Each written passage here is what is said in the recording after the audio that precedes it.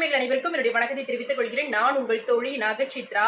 இன்னைக்கு நம்முடைய வாழ்க்கையில செய்யக்கூடாத தவறு மற்றும் மாபெரும் தவறு இது ரெண்ட பத்தி தான் பார்க்க போறோம்.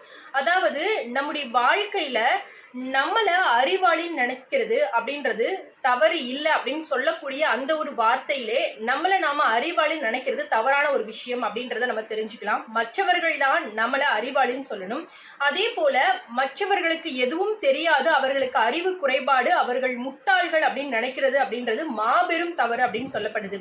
ஏன்னா ஒருவருடைய அனுபவம் என்ன, அவங்க கடந்து வந்த பாதைகள் என்ன, இந்த மாதிரியான எந்த விஷயங்களும் நமக்கு தெரியாது. நமக்கு தெரிந்த ஒரே ஒரு விஷயத்தை வச்சுட்டு அந்த விஷயம் அவங்களுக்கு தெரியல அப்படின்ற காரணத்தினால அவங்களுக்கு எதுவுமே தெரியாது அப்படின்ற ஒரு டெசிஷனுக்கும் வரக்கூடாது அப்படின்னு சொல்லப்படுது. சோ இந்த ஒரு விஷயத்தை நீங்க ஃபேஸ் பண்ணிட்டு இருக்கீங்க அல்லது இந்த மாதிரியான ஒரு கேரக்டர்ல உங்களை சுற்றிலும் யாராவது இருக்கிறாங்க அப்படின்னா அவங்களுக்கு இந்த ஒரு வீடியோவை ஷேர் பண்ணுங்க.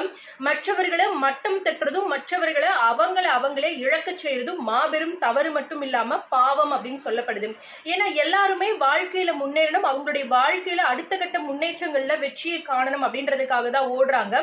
நாம சொல்லக்கூடிய இந்த மாதிரியான வார்த்தைகள்னால, நாம நடந்து கொள்ளக்கூடிய விஷயங்களினால அவங்களுடைய முன்னேற்றமே கூட தடைபடும் காரணத்தினால அவங்களுடைய வெற்றி இலக்கை அவங்க அடையாமல் போவதற்கான ஒரு வாய்ப்பை ஏற்படுத்தக்கூடிய ஒரு துரதிருஷ்டசாலியா நாம இருக்கிறதுக்கான நிறைய வாய்ப்புகள் உண்டு. அதனால இனிமே உங்களுடைய வாழ்க்கையிலோ இல்ல உங்க சுற்றி இருக்கக்கூடியவங்களையோ யாரையுமே அறிவில் குறைபாடு உள்ளவர்கள், முட்டாள்கள் அப்படின்னு சொல்லாதீங்க. சோ இந்த ஒரு வீடியோ உங்களுக்கு யூஸ்ஃபுல்லா இருந்தது அப்படின்னா உங்க ஃப்ரெண்ட்ஸ் அண்ட் ஃபேமிலிஸ்க்கும் ஷேர் பண்ணுங்க. மறக்காம சேனலை சப்ஸ்கிரைப் பண்ணுங்க. இதை போல நிறைய பதிவுகளுக்கு கமெண்ட்ல சொல்ல